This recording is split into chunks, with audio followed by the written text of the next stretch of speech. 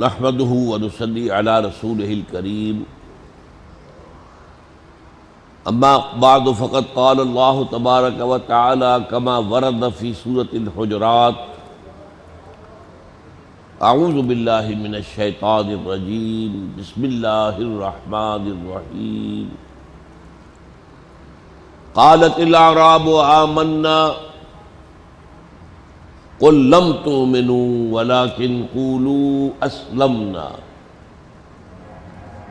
ولما يدخل الإيمان في قلوبكم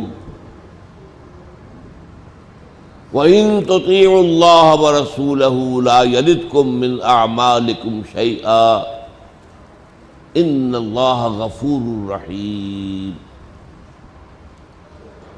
انما المؤمنون الذين آمنوا بالله ورسوله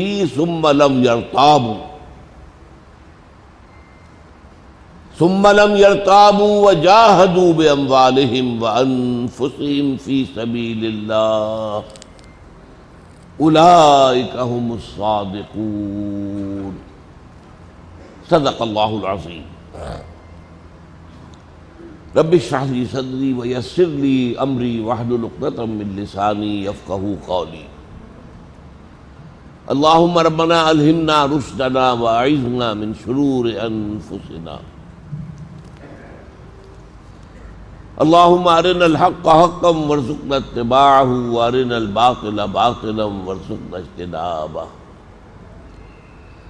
اللهم ربنا نور قلوبنا بالایمان واشرح صدورنا للاسلام ووفقنا نجاہد فی سبیلک باموالنا وانفسنا اللهم ارزقنا شہادۃ فی سبیلک آمین یا رب العالمین۔ حضرات، اس سے پہلے بھی کئی بار حیدرآباد آنا ہوا، اگرچہ اب کافی طویل عرصے کے بعد موقع ملا ہے، تو اب تو ایسا محسوس ہوتا ہے کہ جیسے شاید میں پہلی مرتبہ یہاں آیا ہوں۔ اب ظاہر بات ہے کہ میری عمر اب 78 برس ہو رہی ہے اگلے مہینے اپریل میں، اور طرح طرح کے عوارض جو ہیں وہ لاحق ہیں، بیماریاں ہیں، بلڈ پریشر ہے، شوگر ہے،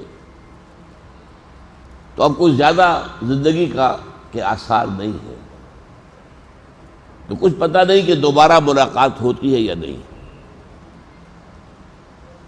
اس لیے میں چاہتا ہوں کہ ایک بہت بنیادی بات آپ کو بتا کر جاؤں۔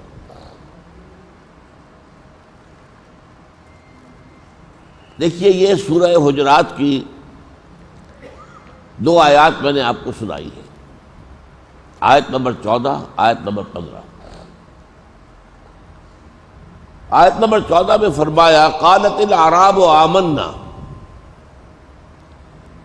یہ بدو کہہ رہے ہیں کہ ہم ایمان لے آئے۔ قل لم تؤمنوا، اے نبی آپ ان سے کہہ دیجئے تم ہرگز ایمان نہیں لائے ہو، ولیکن قولوا اسلمنا، یوں کہو کہ ہم اسلام لے آئے ہیں۔ ولما يدخل الایمان فی قلوبکم، ابھی تک ایمان تمہارے دلوں میں داخل نہیں ہوا۔ یہ مقام سورہ حجرات کا اس اعتبار سے قرآن مجید میں اہم ترین مقام ہے، خاص اس پہلو سے۔ ویسے تو قرآن کی ہر آیت اہم ترین ہے، لیکن ہر مقام جو ہے کسی خاص اعتبار سے اہم ترین ہے۔ وہ خاص پہلو کیا ہے؟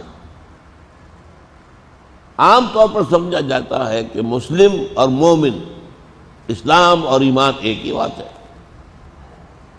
مترادف ہے۔ مومن کہہ لو، مسلم کہہ لو، ایک ہی بات ہے۔ یہاں قرآن مجید میں بھی ہم دیکھتے ہیں کہ اکثر و بیشتر ایمان اور اسلام جو ہے ہم معنی الفاظ کے طور پر استعمال ہوتے ہیں۔ علماء کرام کا کہنا یہ ہے کہ یہ چند جوڑے ایسے ہیں قرآن مجید کی اصطلاحات میں کہ جن میں دو کا جو جوڑا ہے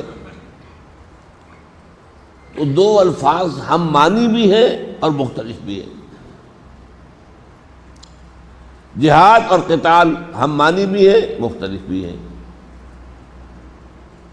نبی اور رسول ہم معنی بھی ہیں مختلف بھی ہیں. اسلام اور ایمان ہم معنی بھی ہیں مختلف بھی ہیں. اور علماء نے ایک فارمولہ بتایا ہوا ہے، اذا اجتمع تفرقا واذا تفرقا اجتمعا. اگر یہ دو الفاظ علیحدہ علیحدہ دور فاصلے پر آئیں تو ان کا مفہوم ایک ہی ہوگا، ساتھ آ جائیں تو مختلف ہوگا.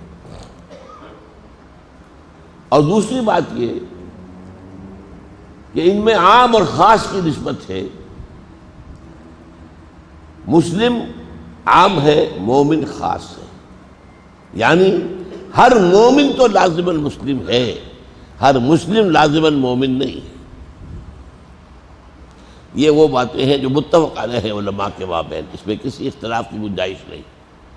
یہ نہ سمجھیے گا کہ میں کوئی نئی بات کہہ رہا ہوں، بالکل متفق علیہ کہ یہ جوڑے اس شکل میں ہیں کہ اذا اجتماع تفرقا واذا تفرقا اجتماع. قریب قریب آئیں گے تو مختلف معنی ہوں گے، دور دور آئیں گے تو ایک ہی معنی ہوں گے. اور نمبر دو یہ کہ ان میں عام اور خاص کی نسبت ہے. رسول خاص ہے، نبی عام ہے. ہر رسول تو نبی ہے، ہر نبی رسول نہیں ہے. مومن خاص ہے، مسلم عام ہے. ہر مومن تو لازماً مسلم ہے، ہر مسلم لازماً مومن نہیں ہے. اب سمجھیے اس کا پس منظر کیا ہے. آپ حضور صلی اللہ علیہ وسلم کی سیرت طیبہ کے کچھ ابتدائی چند سال اور آخری چند سال ان کا اگر تقابل کریں گے تو کیا نظر آئے گا. وہاں آپ کی دعوت، تبلیغ، محنت، مشقت، دن رات، لیکن کوئی ایک ایک کر کے بمشکل ایمان لا رہا تھا. 10 سال میں 100 سے زیادہ آدمی نہیں تھے.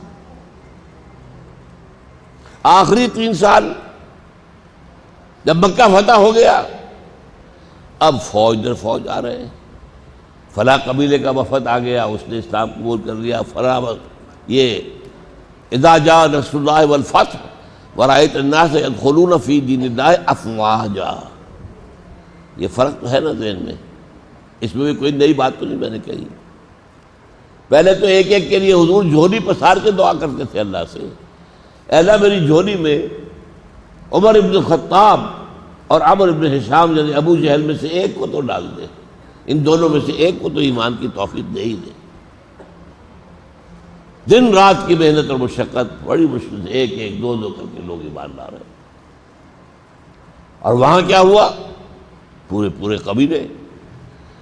قرآن لفظ استعمال کرا افواجا. وَرَأَيْتَ النَّاسَ يَدْخُلُونَ فِي دِينِ اللَّهِ أَفْوَاجًا، فوج در فوج. یہ کیوں ہوا ایسا؟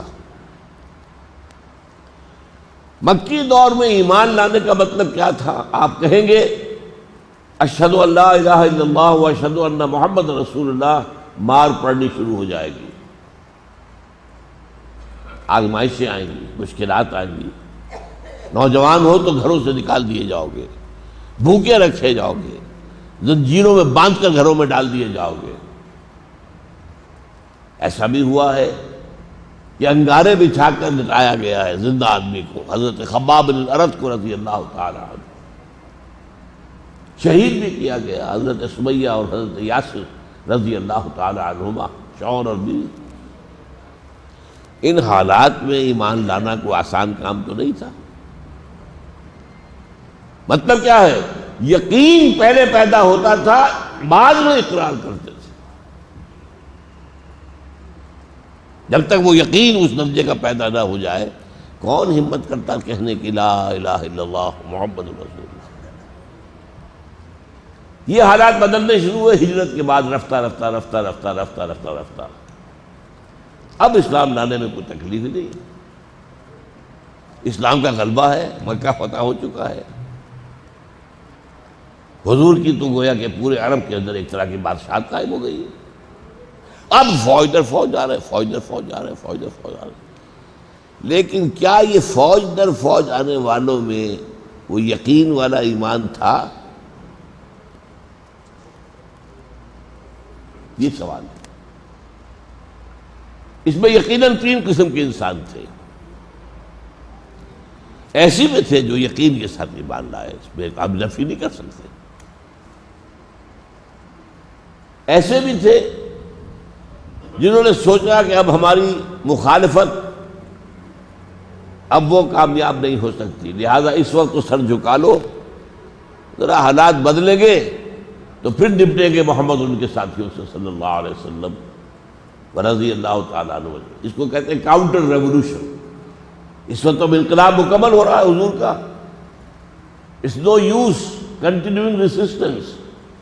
اب ریزسٹنس کا فائدہ کوئی نہیں، لہذا نیچے ہو جاؤ، داخل ہو جاؤ، پھر نبٹنے. یہ منافقانہ انداز.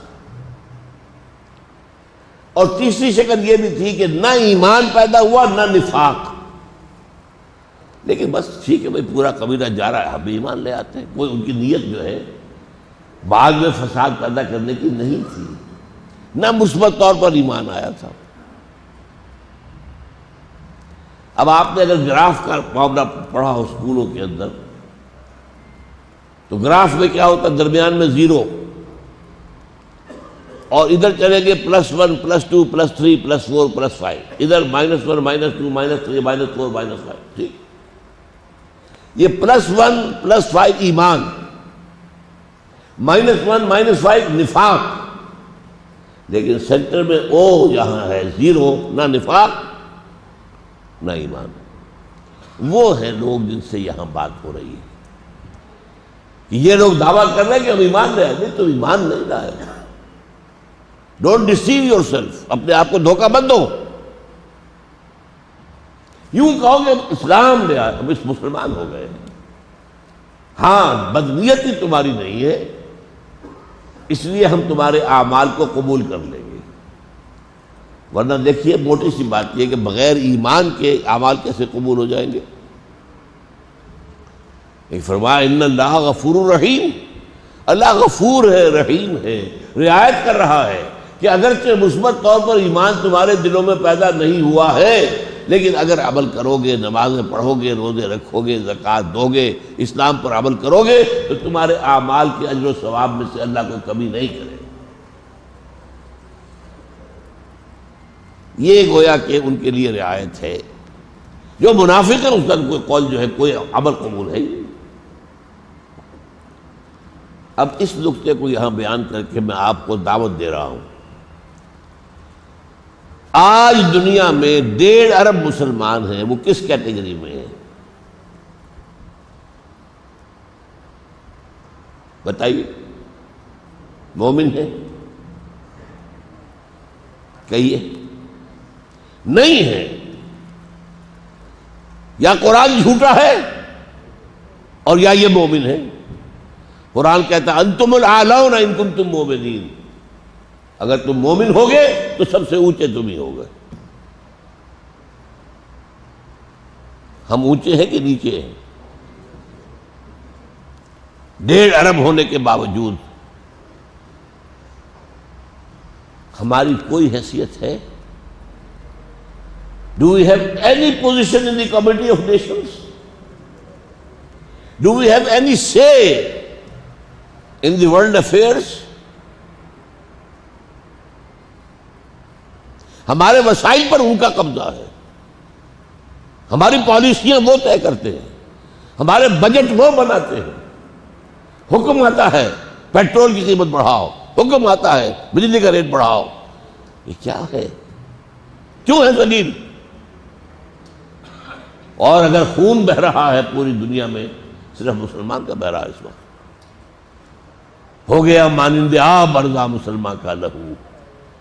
60 سال سے کشمیر میں اور فلسطین میں خون بہ رہا ہے.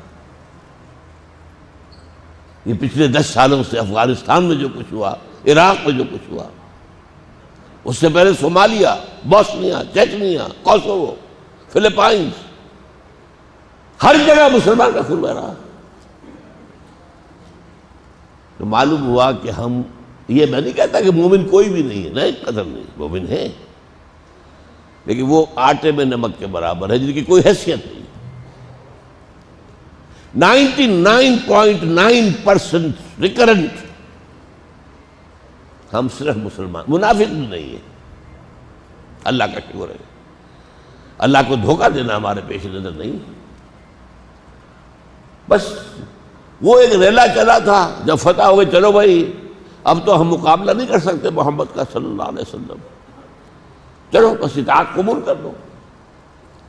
ہمارا کیا ہے بھائی، وہ ولادت کی بنا پر ہم مسلمان ہو گئے، ہمارے ماں باپ مسلمان تھے، مسلمان ہیں، اللہ اللہ کرتے۔ اس سے زیادہ میرے اور آپ کے اسلام کی کوئی حقیقت ہے؟ تلخ باتیں کہہ رہا ہوں میں، لیکن یہ کہ نواراں تلخ تر میزن جو ذوق نغمہ کمیابی، تلخ باتیں کہنی پڑتی ہیں۔ پھول کی پتی سے کٹ سکتا ہے ہیرے کا جگر، مرد نادہ پر کلام نرم و نازک بے اثر۔ قالت الاعراب آمنا قل لم تؤمنوا ولكن قولوا اسلمنا ولما يدخل الايمان في قلوبكم۔ ایمان تو تب ہوگا جو دل میں یقین بن جائے۔ ابھی تک تو ایمان تمہاری ٹپ آف دی ٹنگ پر ہے، تم زبان سے کہتے ہو اشہد ان لا الہ الا اللہ واشہد ان محمد رسول اللہ۔ آپ نے بچپن میں یاد کیے ہوں گے نا، ایمان مجمل، ایمان مفصل۔ کتنے حضرات کو یہ یاد ہیں ایمان مجمل، ایمان مفصل؟ ذرا ہاتھ اٹھائے۔ یہ حال ہے ہماری دین سے دوری کا۔ اس مجمع میں سے بمشکل 10 آدمی نے ہاتھ اٹھائے۔ ایک زمانے میں ہماری تعلیم کا آغاز وہاں سے ہوتا تھا۔ آپ قرآن مجید پڑھنا سیکھیے، دورانی قاعدہ پڑھیے، وہاں سے شروع ہوگا نا الف با تا۔ اور ساتھ جو ہے مفتی کفایت اللہ دہلوی رحمۃ اللہ علیہ کی کتاب تعلیم الاسلام حصہ اول، بوم چوم چار۔ ہماری بچپن میں تو تربیت ایسی ہوئی تھی۔ ایمان مجمل کیا ہے؟ آمنت باللہ کما ہوا باسمائہ و صفاتہ وقبلت جمیع احکامہ اقرار باللسان و تصدیق بالقلب۔ میں ایمان لا رہا ہوں اللہ پر جیسا کہ وہ اپنے اسماء و صفات سے ظاہر ہے،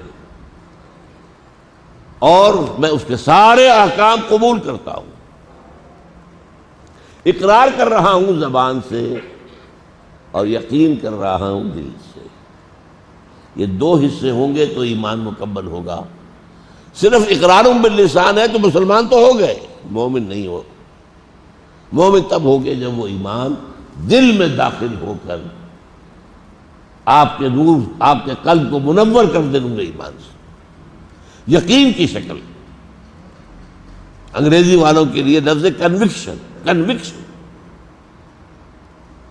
آج ہم میں سے ہر شخص کو چاہیے اپنے گریبان میں جھانکے، Am I convinced of resurrection؟ کیا مجھے واقعی یقین ہے کہ مرنے کے بعد جی اٹھوں گا؟ اگر دیانت کے ساتھ جواب دیں گے تو بہت کم تعداد ہوگی جو کہہ سکے ہاں مجھے یقین۔ عقیدہ ہے، والدین سے سنا ہے، علماء سے سنا ہے۔ تو یہ سمجھ لیجئے، ایک ہے اسلام، اس کا دار و مدار اقرار باللسان پر ہے، اس میں دل کو اندر جھانک کر ہم نہیں دیکھ سکتے کہ یقین ہے کہ نہیں، کہتے پتہ نہیں ہے۔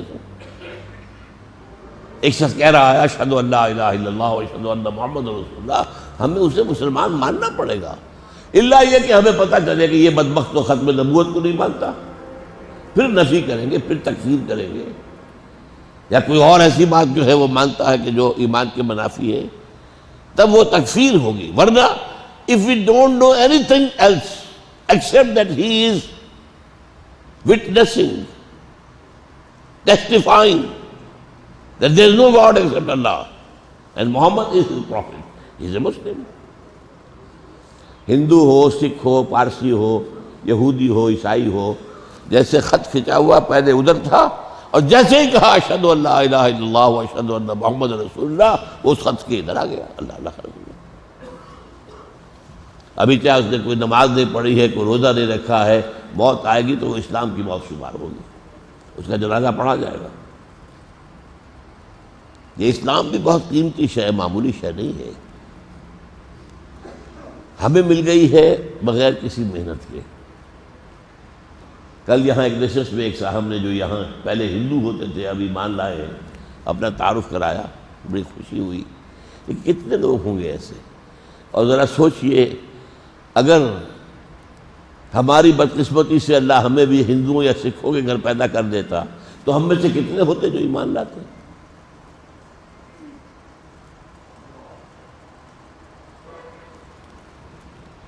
قالت الاعراب آمنا قل لم تؤمنوا ولكن قولوا اسلمنا۔ یہ قانونی نظام جو ہے اسلام کا، وہ اقرار باللسان پر ہے، اس میں تصدیق بالقلب زیر بحث آ ہی نہیں سکتا، because it is not verifiable. ہمیں پتہ ہی چل سکتا ایمان ہے کہ کیا پتہ نفاق ہے یا ایمان ہے، ہمیں نہیں پتہ، اندر ہے وہ تو اللہ جانے وہ جانے۔ ہاں کوئی جرم کرے گا سزا دی جائے گی، وہ علیحدہ بات ہے، ورنہ یہ ہے کہ مسلمان ہے۔ ہاں اس مسلمان کو 4 عبادات کی پابندی کرنی پڑے گی، نماز، روزہ، حج، زکوٰۃ، چاہے وہ منافق ہے۔ اگر وہ مسلمان اپنے آپ کو شمار کرانا چاہتا ہے تو یہ 4 باتیں کرنی پڑے گی، اور یہ 4 جب کلمہ شہادت کے ساتھ مل جائے تو یہ ارکان اسلام کہلاتے ہیں۔ بنی الاسلام علی 5، شہادت اللہ الہ الا اللہ وان محمد رسول اللہ واقام الصلاۃ وایتاء الزکوٰۃ وصوم رمضان وحج البیت من استطاع الیہ سبیلا۔ یہ اسلام ہے، اسلام کا نظام ان چیزوں پر قائم ہے، ہمارا معاشرہ ان کے گرد گھومتا ہے۔ صحیح اسلامی معاشرہ ہو وہاں سارے نظام الاوقات نماز کے گرد گھومیں گے، بھائی زہر کے بعد، بھائی میں عصر کے بعد آ جاؤں گا، اس کا تو سارا ٹائم ٹیبل چلے گا نماز کے ساتھ، وہ تو مزہ ہوا نمازوں کے نظام کے ساتھ۔ لیکن یہ قانونی اسلام ہے۔ ایمان تب ہوگا جبکہ دلوں کے اندر یقین کی کیفیت پیدا ہوگی۔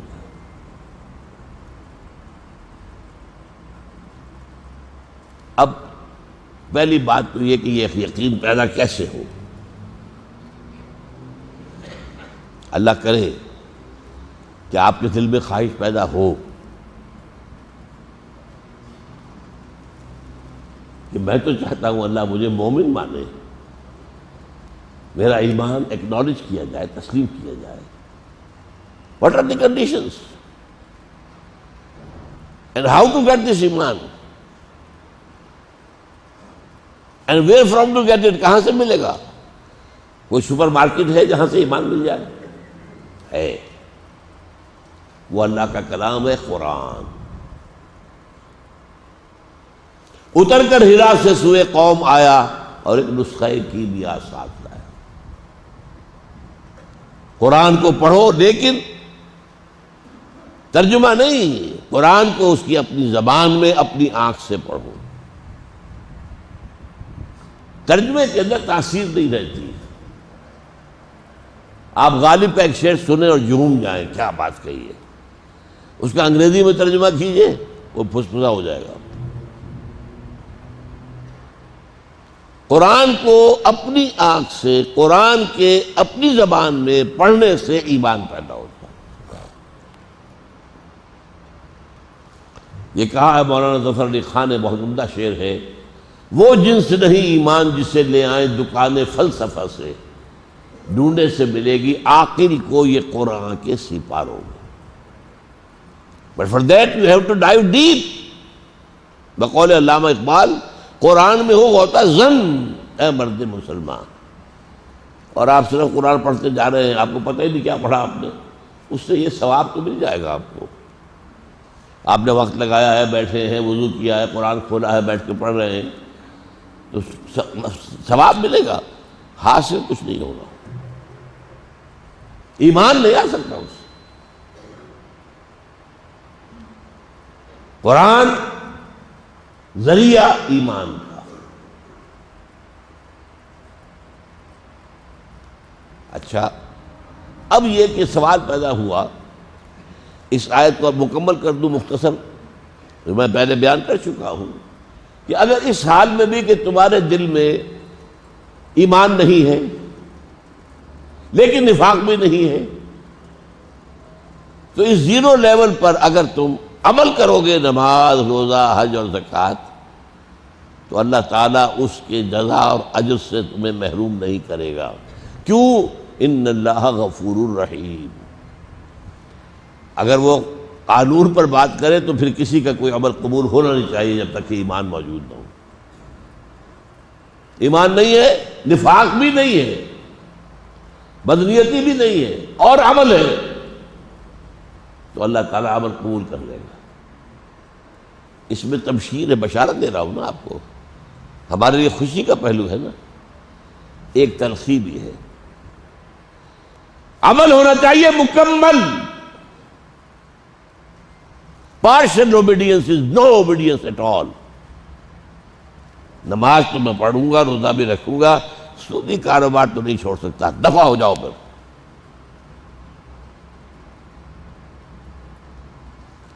That obedience has to be total۔ سورہ بقرہ کی 85ویں آیت میں ایسے کان کھول دیے گئے ہیں، افتؤمنون ببعض الکتاب وتکفرون ببعض، تم ہماری کتاب کے ایک حصے کو مانتے ہو اور ایک کا کفر کرتے ہو۔ نماز کس نے فرض کی؟ قرآن نے۔ اور سود کس نے حرام کیا؟ قرآن نے۔ تم نے ایک حکم کو مانا اور ایک کو اپنے پاؤں تلے رون دیا۔ فما جزاء من یفعل ذلک منکم الا خزی فی الحیاۃ الدنیا ویوم القیامۃ یردون الی اشد العذاب۔ تو جو شخص بھی یہ رویہ اختیار کریں گے ان کی اس کے سوا کوئی سزا نہیں ہے کہ دنیا میں ذلیل و خوار کر دیے جائیں اور قیامت کے دن شدید ترین عذاب میں جھونک دیے جائیں۔ علماء موجود ہیں یہاں، اشد العذاب، شدید ترین عذاب میں جھونک دیے جائیں۔ تو obedience has to be total۔ اللہ کا معاملہ یہ نہیں ہے کہ اچھا بھائی تم 16 آنے میرا دین نہیں مانتے، چلو 12 آنے ہی مان لو، 10 آنے نہیں، دفع ہو جاؤ۔ It's a package deal, leave it اور ٹیک اٹ۔ لینا ہے پورا لینا ہوگا، اور نہیں تو جاؤ۔ اللہ کو تمہاری غرض نہیں ہے، تمہیں اللہ کی غرض ہے۔ تو میں نے آپ کو بشارت بھی دی، کیا کہ اگر آپ محسوس کریں کہ وہ یقین والا ایمان تو دل میں نہیں ہے، تب بھی آپ عمل کرتے رہیں تو عمل کے اجر و ثواب سے آپ محروم نہیں ہوں گے، لیکن عمل مکمل ہوگا۔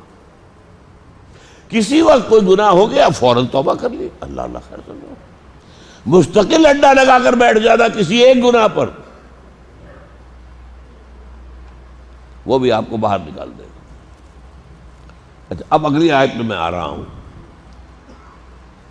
فرض کیجئے کچھ لوگوں نے یہ آیت سن کر قالت الاعراب آمنا قل لم تؤمنوا ولكن قولوا اسلمنا ولما يدخل الايمان في قلوبكم، وہ کہتے ہیں جناب ہمیں بتایا جائے مومن ہونے کی شرائط کیا ہے، what are the prerequisites to be accepted and acknowledged as مومن۔ میں تو چاہتا ہوں مومن ہوں، میں صرف مسلمان نہیں رہنا چاہتا، میں مومن بننا چاہتا ہوں۔ کیا شرطیں ہیں؟ لہذا اگلی آیت قرآن مجید کی اس مضمون پر موسٹ پروفاؤنڈ آیت، انما المؤمنون الذین آمنوا باللہ ورسولہ ثم لم یرتابوا وجاہدوا باموالہم وانفسہم فی سبیل اللہ اولئک ھم الصادقون۔ مومن تو صرف وہ ہیں جو ایمان لائے اللہ پر اور اس کے رسول پر، پھر شک میں ہرگز نہیں پڑے، یقین والا ایمان ہو۔ اور نمبر 2، اور جہاد کیا اللہ کی راہ میں اپنے جان اور مال کے ساتھ۔ 2 شرطیں پوری ہوں گی تو مومن قرار پاؤ گے۔ یہ بہت اہم مضمون آ گیا ہے، گویا کہ جہاد فی سبیل اللہ it's an integral part of ایمان، جزو لا ینفک ہے. جہاد نہیں تو ایمان نہیں. لیکن اس جہاد کی معنی کیا ہے؟ بدقسمتی سے وہاں بھی وہی دھوکہ ہم کھاتے ہیں. جہاد اور قتال بھی ویسے جوڑا ہے ایک. قتال فی سبیل اللہ، جہاد فی سبیل اللہ. جہاد کے معنی کوشش، اسٹرگل، جد و جہد، زبان سے، ہاتھ سے، قلم سے، اور قتال تلوار سے.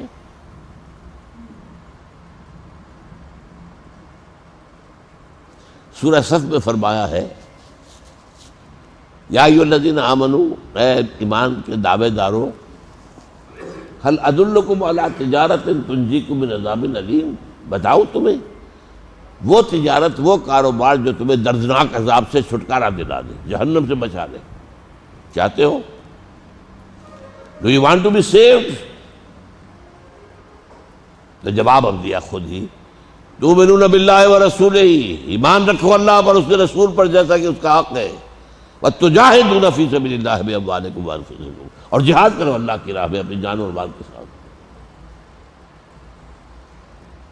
جہاد نہیں تو نجات نہیں، جہنم سے چھٹکارا نہیں. یا قرآن کو چھوڑ دیجئے یا میری بات مانیے. قرآن نے سوال کیا ہے، هل ادلکم علی تجارۃ تنجیکم من عذاب علیم، عذاب علیم سے اس تجارت کے بغیر بھی چھٹکارا ہو تو اگلی آیت میں بے معنی ہو گئی. پھر قرآن کہتا ہے نجات چاہتے ہو تو دو شرطیں پوری کرو، ایمان دل میں، تؤمنون باللہ ورسولہ، اور جہاد عمل میں، وتجاہدون فی سبیل اللہ باموالکم وانفسکم، ذالکم خیر لکم ان کنتم تعلمون. ہاں اس جہاد کی منزلیں ہیں مختلف. ٹاپ کی منزل قتال ہے، جان ہتھیلی پر رکھ کر میدان میں آ کر باطل سے جنگ، باطل کا قلع قمع کرنے کے لیے اپنی جان کا رسک لے کر میدان میں آ جانا. دس از دی ہائیسٹ لیول آف جہاد اینڈ دس از کالڈ قتال فی سبیل اللہ. اور سورہ صف جو ہے اس اعتبار سے بڑی عجیب ہے، کل 14 آیتیں ہیں، اس میں جہاد اور قتال دونوں کا ذکر. جہاد کی آیت آپ کو سنا دی، اور قتال کی آیت نمبر 4، ان اللہ یحب الذین یقاتلون فی سبیلہ صفا کانہم بنیان مرصوص. اللہ کو تو اپنے ان بندوں سے محبت ہے جو اس کی راہ میں جنگ کرتے ہیں ایسی صفیں باندھ کر کہ گویا سیسا پلائی ہوئی دیوار، کوئی پیچھے قدم ہٹانے کو تیار نہیں. یہ ہے قتال، آخری منزل قتال. لیکن جہاد کی منزلیں جو ہے اس سے نیچے بھی ہے. اس پر میرا کتاب کیا ہے، حقیقت جہاد فی سبیل اللہ. اب یہاں تو نہیں ہوگا کچھ، لیجئے پڑھیے، کیسٹس ہیں، تقریریں ہیں، آڈیوز ہیں، ویڈیوز ہیں، سیڈیز ہیں. میں اس وقت مختصر کروں گا. ایک جہاد آپ کو کرنا پڑے گا خود مسلمان ہونے کے لیے، اگر حقیقی معنی میں مسلمان ہونا چاہیں، اور اگر 100% اللہ تعالیٰ کی اطاعت کرنا چاہیں. نفس کے خلاف بھی آپ کو جہاد کرنا پڑے گا، معاشرے کے خلاف بھی جہاد کرنا پڑے گا، شیطانی قوتوں کے خلاف بھی جہاد کرنا پڑے گا.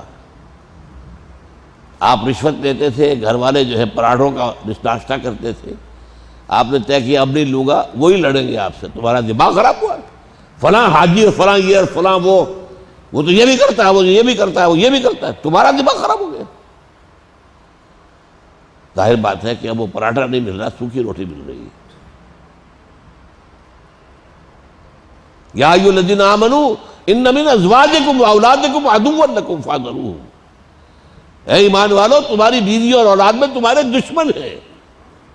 وہ تو چاہیں گے اچھا سے اچھا پہنیں، اچھے سے اچھا کھائیں، اعلیٰ سے اعلیٰ مکان ہو، عمدہ سے عمدہ فرنیچر ہو. کوئی گھر میں آئے تو اس پر رو پڑ جائے کہ کیسا شاندار گھر میں آئے ہو. ان کی تو خواہش کیا ہوگی؟ وہ تمہیں کہیں گے لاؤ حرام سے. پھر نفس سے اندر بیٹھا ہوا، یہ شیطان سے کم تو نہیں. مولانا روم فرماتے ہیں نفس ماں ہم کم تر از فرعون نیست لیکن او رعون ای رعون نیست، میرا دل فرعون سے کم نہیں ہے۔ فرعون نے کیا کہا تھا؟ الیس لی ملک مصر، یہ مصر کی بادشاہی میری ہے۔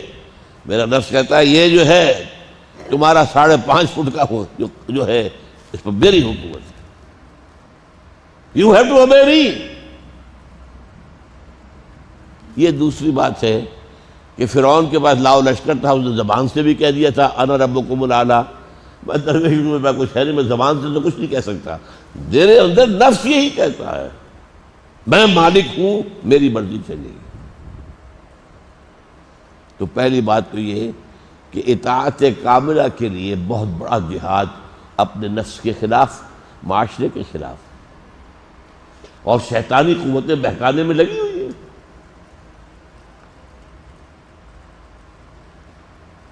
اگلا جہاد اسلام کی دعوت اور تبلیغ کا جہاد، خود مسلمان بن گئے ہو اب یہ پیغام پہنچاؤ دوسروں تک۔ تو محمد کے امتی ہو صلی اللہ علیہ وسلم، اور محمد کو اللہ نے عربوں کے لیے نہیں بھیجا تھا، صرف پوری دنیا کے لیے بھیجا تھا، اور محمد یہ کام آپ کے ذمہ لگا کر گئے۔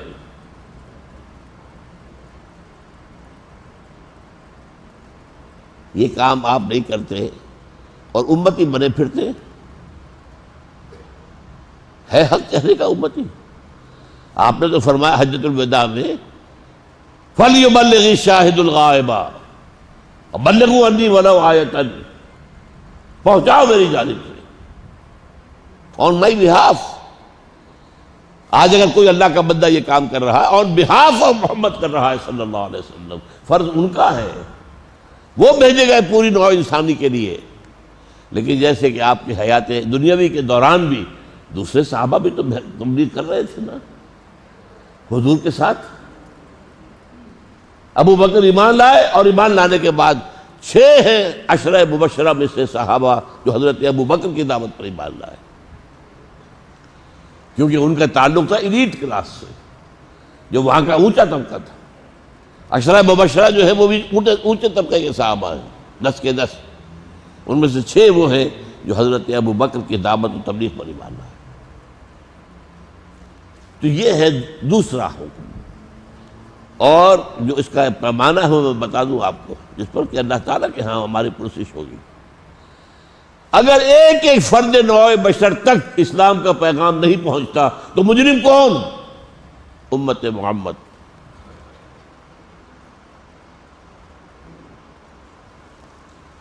ذرا نقشہ آپ کو دکھا دوں میں حجۃ الوداع کا۔ 23 برس کی محنت شاقہ کا اب حاصل ہے 1.25 لاکھ مجمع، آخری خطبہ دیا ہے۔ ایک ایک بات کو 3 دفعہ فرماتے تھے، ادھر رخ کر کے کہا اور پھر اس سے آگے کھڑے ہوئے آدمی نے آگے پہنچایا، وہ آگے چلتا گیا، لاؤڈ اسپیکر تو تھا نہیں، پھر سامنے منہ کر کے آپ نے رخ کر کے پھر دہرایا، پھر مغرب بائیں طرف۔ اسی لیے گنتی کے چند الفاظ ہیں۔ اپنی تعلیم کے اہم نکات کو دوبارہ دہرا کر پھر آپ نے سوال کیا الا هل بلغت، لوگوں میں نے پہنچا دیا کہ نہیں؟ اب میں حیران ہوتا ہوں، صحابہ کرام کی عادت مبارکہ یہ تھی کہ حضور کوئی سوال کرتے تھے تو جواب بہت مختصر، وہ شوخ اور چلبل طالب علموں کی طرح نہیں تھے کہ وہ جو استادوں کو بھی پڑھانا چاہتے ہیں ہمیں معلوم ہے تمہارا جو کچھ۔ یہاں حضور نے ایک سوال کیا الا هل بلغت، تو جواب 4 دیے، انا نشهد انك قد بلغت الرسالة واديت الامانة ونصحت الامة وکشفت الغمۃ۔ ہاں حضور ہم گواہ ہیں، آپ نے حق رسالت ادا کر دیا، آپ نے حق امانت ادا کر دیا۔ قرآن تو اللہ کی امانت آیا تھا آپ کے پاس، تھا تو ہمارے لیے، آپ کے ذریعے ہمیں پہنچایا تھا نا، اور آپ نے گمراہی کے اندھیارے چھانٹ دیے۔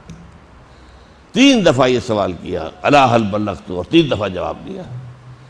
پھر انگشت شہادت آسمان کی طرف اور پھر لوگوں کی طرف، اللہم اشہد اللہم اشہد اللہم اشہد، اے اللہ تو بھی گواہ ہے،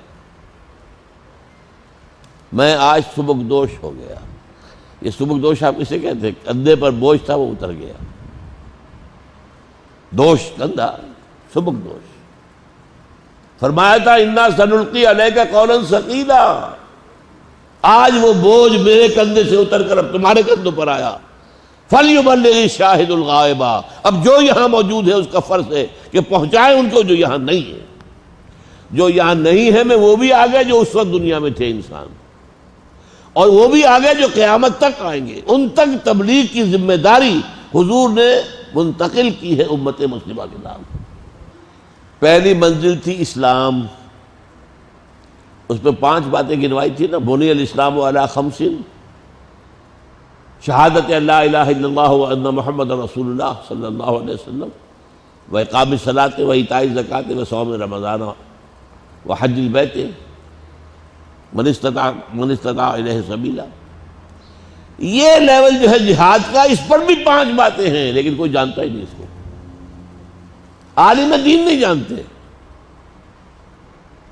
میرے علم میں جب میں پڑھ رہا تھا میڈیکل کالج میں، جب پہلی مرتبہ وہ حدیث آئی جو میں سنانے چلا ہوں، تو میں نے ایک محدث جو وہاں کے دارالعلوم میں حدیث کے استاد سے ان سے پوچھا کہ مجھے حوالہ چاہیے اس کا، یہ کس کتاب میں ہے؟ کہنے یہ الفاظ بڑے نامانوس سے ہیں، مطلب یہ کہ ان کے خیال میں وہ حدیث نہیں تھی، یا حدیث کم سے کم یہ کہ کوئی ایسی اہم نہیں تھی کہ جو ان کی نگاہ میں ہوتی۔ بعد میں مجھے معلوم ہوا مشکات شریف کے اندر موجود، انی آمرکم بخمس، حضور نے فرمایا، حضرت حارث اشعری رضی اللہ تعالی عنہ وہ راوی، مسند احمد ابن حنبل میں بھی ہے اور جامع ترمذی میں بھی ہے۔ حضور نے فرمایا انی آمرکم بخمس، میں تمہیں 5 باتوں کا حکم دے کر جا رہا ہوں، بالجماعت، جماعت کی شکل میں ہو رہا ہوں، والسمع، امیر کا حکم سنو، والطاعت، اور اطاعت کرو، والہجرت، اور ہجرت کرو، والجہاد فی سبیل اللہ۔ These are the 5 prerequisites of the level of Iman. Those are the 5 prerequisites at the level of Islam. کلمہ شہادت، نماز، روزہ، حج، زکوٰۃ، یہ ایمان۔ اس لیے کہ دین کو قائم کرنے کی جد و جہد بغیر جماعت کے تو ممکن نہیں ہے۔ اکیلا چنا جو ہے بہاڑ تو نہیں پھوڑ سکتا، اگر اکیلا آدمی کر سکتا تو ہر نبی کر کے جاتا، اگر ساتھی نہیں ملے تو کیسے کر دے؟ یہ تو جماعت کرتی ہے نا۔ حضور کو صحابہ کرام ملے کہ جہاں حضور کا پسینہ گرا وہاں انہوں نے اپنے خون کی ندیاں بہا دی، تب ہوا کام وہاں پر۔ موسیٰ کے ساتھ 6 لاکھ آدمی نکلے تھے مصر سے، پتہ نہیں آپ کے علم میں ہے یا نہیں ہے۔ ایکسوڈس جو ہوا تھا فرعون کی بربادی کے بعد جو مصر سے نجات ملی ہے، 600,000 پیپل، تورات میں ہے یہ۔ 12 قبیلوں کی نفری دے رکھی ہے، فلاں قبیلے کے اتنے مرد، اتنے عورتیں، اتنے بچے، اتنے بوڑھے وغیرہ وغیرہ، 6 لاکھ۔ جب آیا جنگ کا مرحلہ، قتال، اب جب قتال، یہ جہاد اب قتال میں بدل رہا ہے نا۔ 2 آدمی نکلے صرف 6 لاکھ میں سے، 2 رسول تھے، موسیٰ اور ہارون علیہم السلام، 2 اور نکلے ہیں، یوشع ابن نون اور کالب بن یفنہ، 2 اور۔ تو کیسے جنگ ہوتی؟ لیکن یہاں کیا ہوا ہے؟ بدر کے اندر 1000 کا لشکر آ رہا تھا اور 313 نہتے، ہتھیار بھی نہیں تھے، ٹکرائے۔ یہ ہے قتال، لیکن اس کے لیے پہلے جماعت ضروری ہے، مضبوط جماعت، ڈسپلن والی جماعت، اور ڈسپلن فوج والا۔ فوج کا ڈسپلن کیا ہے؟ Listen and obey, no argument. اگر کوئی سپاہی پوچھے اپنے افسر سے، میں ٹھیک ہے جی آپ کا حکم مانوں گا، پہلے مجھے سمجھائیے کیوں آپ یہ حکم دے رہے ہیں، حکمت کیا ہے اس کی؟ وہ فوج شمار ہوگی؟ There is not to reason why. بھائی کا سوال کرنے کا تمہارا کام ہی نہیں ہے. There is but to do and die. کرو اور مرو. یہ سب اطاعت یہ قرآن حدیث میں آتی ہے. بیعت لی ہے حضور نے. حضرت عبادہ ابن صامت رضی اللہ تعالیٰ عنہ کی حدیث ہے اور متفق علیہ ہے، بخاری اور مسلم. مجھے رونا آتا ہے علماء کی جماعتوں پر. کسی جماعت کی بنیاد اس حدیث پر نہیں ہے. وہی مغرب سے آیا ہوا نظام، یہ ممبرشپ ہو رہی ہے اور یہ ووٹنگ ہو رہی ہے، اور ووٹنگ سے 2 سال کے لیے اور 4 سال کے لیے صدر یا امیر منتخب ہو رہے ہیں، اور ان کی شورا ہو رہی ہے. وہ شورا کی رائے 12 تر ہوگی یا امیر کی ہوگی. سوچ ہماری 1300 برس کی تاریخ جو ہے اس میں کہیں بھی اس کی آپ مثال نہیں دکھا سکتے. یہ سب انگریز آیا ہے تو یہ نظام آیا ہے. وہاں کیا ہے؟ بیعت. آؤ من انصاری اللہ، مجھے اللہ کا یہ کام کرنا ہے. کون ہے جو میرا ساتھ دے؟ Who wants to join hands with me؟ یہ بیعت ہوتی ہے. بیعت عقبہ اولیٰ، بیعت عقبہ ثانیہ، بیعت رضوان، پھر بیعت خلافت، پھر بیعت ملوکیت، پھر بیعت تزکیہ. پھر جب کولونیلزم آ رہا تھا تو ریزسٹنس موومنٹ جتنی اٹھی وہ بیعت کی بنیاد پر اٹھی. مہدی سوڈانی بیعت کی بنیاد پر، سنوسی لیبیا میں بیعت کی بنیاد پر، عبد القادر جزائری بیعت کی بنیاد پر، امام شامل چچنیا میں بیعت کی بنیاد پر، اور سید احمد بریلوی رحمۃ اللہ علیہ ہندوستان میں بیعت کی بنیاد پر. یہ ہے نظام. اس نظام کی بنیاد پر جماعت. اور یہ جماعت اگر کافی ہو جائے، اگر تھوڑی ہے تو ظاہر بات ہے جب تک کہ سفیشینٹ نمبر نہ ہو. حضور نے پہلے دن جنگ نہیں شروع کی، بلکہ 12 برس مکے میں حکم کیا تھا کہ مسلمانوں اگر تمہارے ٹکڑے بھی کر دیے جائیں تم نے ہاتھ نہیں اٹھانا. میری کتاب پڑھیے منہج انقلاب نبوی، خدا کے لیے حاصل کیجئے، پڑھیے. مجھے نہیں پتا یہاں ہے یا نہیں ہے، لیکن جو چیز آپ کو مطلوب ہوتی ہے آپ امریکہ سے منگوا لیتے ہیں. یہ تو پھر بھی لاہور شریف بہت قریب ہے. منہج انقلاب نبوی، کیسے انقلاب برپا کیا محمد صلی اللہ علیہ وسلم نے. اور اس کا اہم ترین نسخہ کیا تھا؟ 12 برس مکے میں کیا حکم تھا کہ چاہے تمہیں ٹکڑا اڑا دیے جائیں، چاہے تمہیں کباب بنا دیا جائے، you can not raise your hands even in self defence. Khabbab bin Alaratt کو بلایا گیا رضی اللہ تعالیٰ عنہ. ان کی نگاہوں کے سامنے دیکھتے ہوئے انگارے بچھا دیے گئے. اب کہا کرتا اتار دو، اتار دیا. لیٹ جاؤ، لیٹ گئے. پیٹھ کی کھال جلی، چربی پگھلی، اس سے انگارے ٹھنڈے ہوئے. آپ سوچئے جسے نظر آ رہا تھا کہ مجھے تو یہ زندہ کو کباب بنانے والے ہیں، اجازت ہوتی تو 2-4 کو مار کر تو مرتا ہے نا. ڈیسپریٹ آدمی ایسے تو نہیں مرتا. ناٹ الاؤڈ، اجازت نہیں. یہ 2 میاں بیوی حضرت سمیہ اور حضرت یاسر رضی اللہ تعالیٰ عنہما، وہ ٹارچر کیا ہے ابو جہل نے. میں بیان نہیں کر سکتا، مجھے رونا آ جاتا اس میں. تذکرہ کرنا مشکل. جوان بیٹے عمار کو سامنے ایک ستون سے باندھ دیا گیا، اور ابو جہل نے کہا ننگا کر دو اس کی ماں کو اس کے سامنے. اس نے آنکھوں میں ہاتھ، اسے انہیں مارا ہے، مختلف جگہ سے جلایا ہے. پھر آخر تک آ کر کہا دیکھو اس کے ہاتھ میں ایک مورتی تھی، ایک دفعہ کہہ دو سمیہ کہ ہاں اس میں بھی کچھ ہے، یہ کچھ ہے، یہ بھی کہ نہیں. اور تھوک دیا انہوں نے اس مورتی کے اوپر. اس پر جو غصے میں آیا ہے جھلا کر نیزہ اٹھا کر شرمگاہ میں مارا. اور حضور گزرتے تھے پاس سے اور کیا کہتے تھے؟ اصبروا یا آل یاسر فإن موعدکم الجنہ. اے یاسر کے گھر والوں صبر کرو، جنت میں تمہارے استقبال کی تیاریاں ہو رہی ہیں۔ ابھی مہینہ ختم ہوا ہے،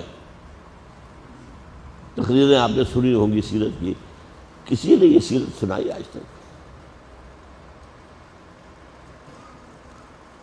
آپ کی آنکھوں کا حسن، آپ کی زلفوں کا حسن، آپ کی کملی کے حسن، یہی ہے نا؟ یہ تو کسی نے نہیں بتایا۔ 3 سال کی قید، اور قید راشن کے ساتھ نہیں، فاقے کے ساتھ۔ ہمارے تو جیل میں کوئی جاتا ہے کھانے کو تو ملتا ہے، سی کلاس والوں کو بھی ملتا ہے، اور اے بی والے تو آتے ہیں ایسے جیسے کوئی صحت افزا مقام پر رہ کر آئے، جان بنا کر آتے ہیں جیل سے۔ وہاں کیا تھا؟ 3 سال ایک گھاٹی میں بند کر دیا گیا پورے بنی ہاشم کو، ادھر بھی پہاڑ، ادھر بھی پہاڑ، ادھر بھی پہرا، ادھر بھی پہرا، کوئی کھانے پینے کی چیز اندر نہیں جائے گی۔ بنو ہاشم کے پھول جیسے بچے بلک رہے ہیں، اور اس کے سوا کچھ نہیں ہے کہ سوکھے چمڑے ابال کر ان کا پانی ان کے حلق میں ٹمٹا دیا جائے۔ Nothing else۔ اس مصیبتوں سے، ان تکلیفوں سے، ان آزمائشوں سے گزر کر دین قائم ہوا، پھر غالب ہوا، جاء الحق وزهق الباطل۔ لیکن یہ ہے فرض، کر دینا فرض نہیں ہے۔ جو مسلمان اس جد و جہد سے خالی ہے، مومن ہرگز نہیں ہے، ہرگز نہیں ہے، ہرگز نہیں۔ مسلمان ہے، میں اس کے کفر کا فتویٰ نہیں دے رہا ہوں۔ یہ جد و جہد اگر نہیں ہے تو مومن نہیں ہو، نہیں ہو، نہیں۔ بارک اللہ لی و لکم فی القرآن العظیم ونفعنی وإیاکم بالآیات والذکر الحکیم۔